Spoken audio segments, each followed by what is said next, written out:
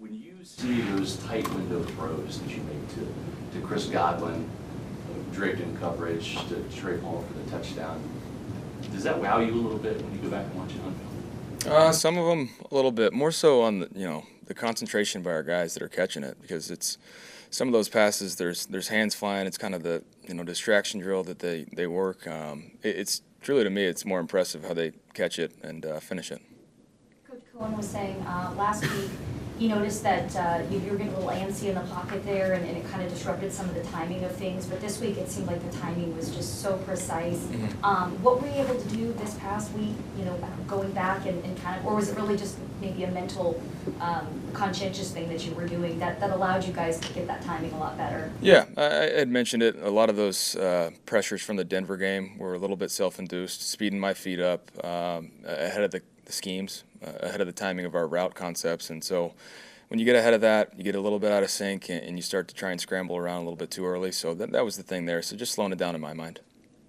You talk about the improved play of Justin School. It's a tough situation going from a swing tackle to become a starter. Luke's been out now for several games, but just having that continuity with Malcolm and playing better, it seems, each week. Yeah, and that's the thing about O-line is, you get better as the reps go on, and especially when you're playing next to somebody, you understand how to pass off some twists and stunts up front, and it's just confidence. He hasn't played in a while, so just getting back out there and getting the live reps, he's going to continue to improve, and so we were really happy for him. Game plans are different each week based on who you play, obviously. But when you and Liam were in sync, when he can get you into a rhythm, any quarterback, right? You want to get the ball in your playmakers' hands, but the ball's coming out faster than I think it has since you've been here in a while. How much is a benefit of that as a quarterback to just say, hey, we know they're going to get me in rhythm earlier when we get the offense going like that? It's 12 out of 13. Yeah, it's huge, but it's not just for me, it's for everybody else too. The O-line's able to settle in too. Getting your skill guys going early gives them confidence on certain concepts on a critical third down or in the red zone. So it's important for us just to start fast, and it's not, whatever the scheme may be, however we want to attack a team, we just have to start fast and execute the plan at hand and go from there. A lot of times you're getting a couple plays called from the headset.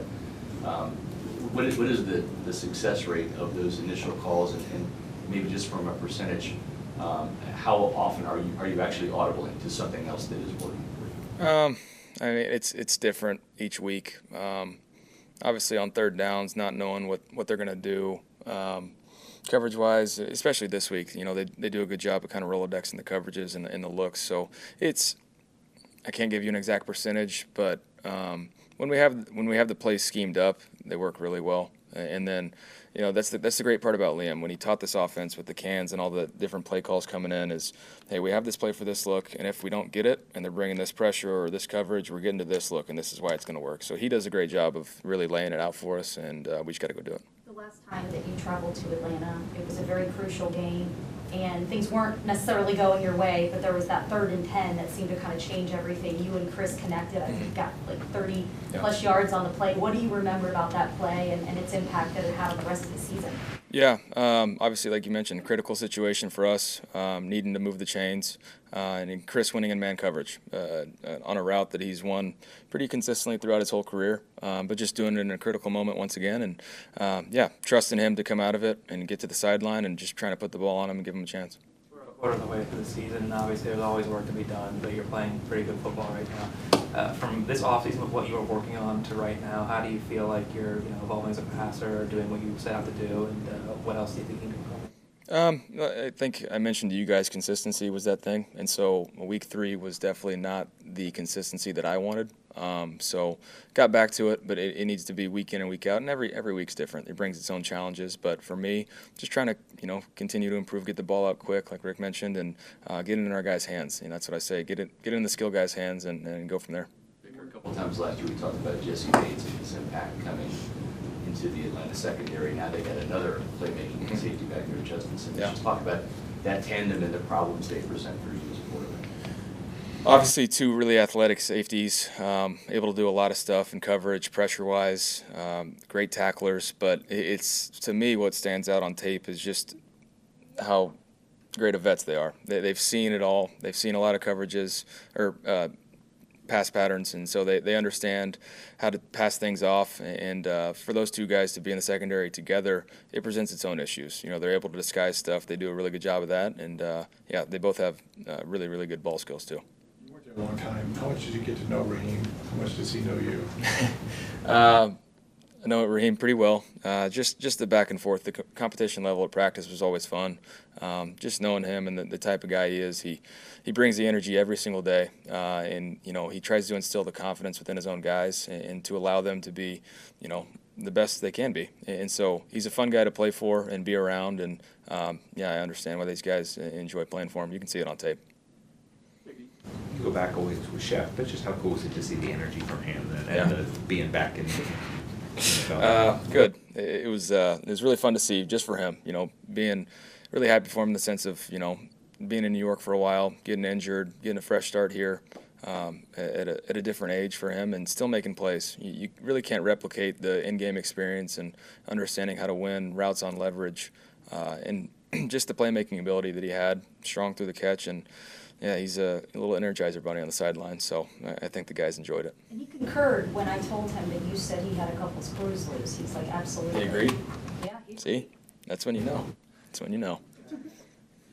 I'd say about the receiver room to have guys that are on the practice squad at certain parts of the season come up and help. You had that last year with David Moore, now Sterling Shepard, just to have that patience, and obviously the salary's different. Yeah. It's not the ideal situation. Everybody wants to be on the roster, but It's to have that. It speaks volumes to the type of preparation they're doing. They're having to give scout team looks for majority of the time, but still be in the offensive meetings and be dialed in on the game plan. So it speaks volumes to how they're able to stay locked in, help out the team in any way they can, and then step up in big moments for us. So it's the preparation for those guys to be that dialed in is huge. It's such a long season, but it's a primetime game. It's a divisional game. It's a game against a team that a lot of people thought were going to be in first place in the NFC South. But right now that belongs to you guys. I don't know for you how kind of, I guess, excited do you get for a game like that, or do you really just try to treat it like any other?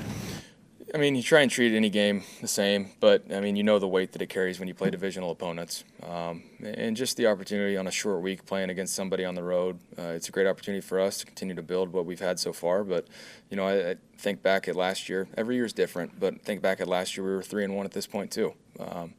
Now I wouldn't say that we operated as clean and we knew our identity, but right now, don't take anything for granted. Just because you start 3-1, like you said, it's a long year. Got to continue to improve and just build as the year goes on. So how would you classify the offense? You say, like, you guys know your identity. Yeah, I think you look at within the first 4 weeks, when we played well and when we didn't, we started fast and we were physical. And that's the identity we need to be playing with, is the physical mentality up front and playing a receiver, blocking, running backs running really hard, and just finishing every single play. Never knowing when you could have that game-winning block or the touchdown ceiling block, and just going from there. So our guys starting fast and playing with an edge is where we want to be at on offense. On the touchdown to Mike, you're running kind of, there's three receivers over there, and kind of picking on one side. Did you just look for man coverage? Was he the primary, or did you check to that? Because during the broadcast, it looked like a run when he was called. Well, good call, Tom. Yeah, we checked to it, knowing that it was man-to-man, how they were playing it, and got Mike singled up on a safety. And anytime one-on-one coverage of Mike's good, but on a safety is even better. You mentioned that starting out fast helps out the whole offense, the offensive lines, the weapons. How much did it help the running game, specifically Bucky and Rashad? Because if you throwing the ball so well, kind of opened up rushing lanes for them to go through. Yeah, it's huge. The rushing stats weren't exactly, the yardage wasn't up there, but the way we were running our quick game, to me, that's an extension of the run game. Getting the ball out that quick, guys understanding where they're supposed to be and on time, it's huge. It was huge for the run game to open it up later on. But, yeah, it's an extension of the run game, too, so we'll take it any way we can get it.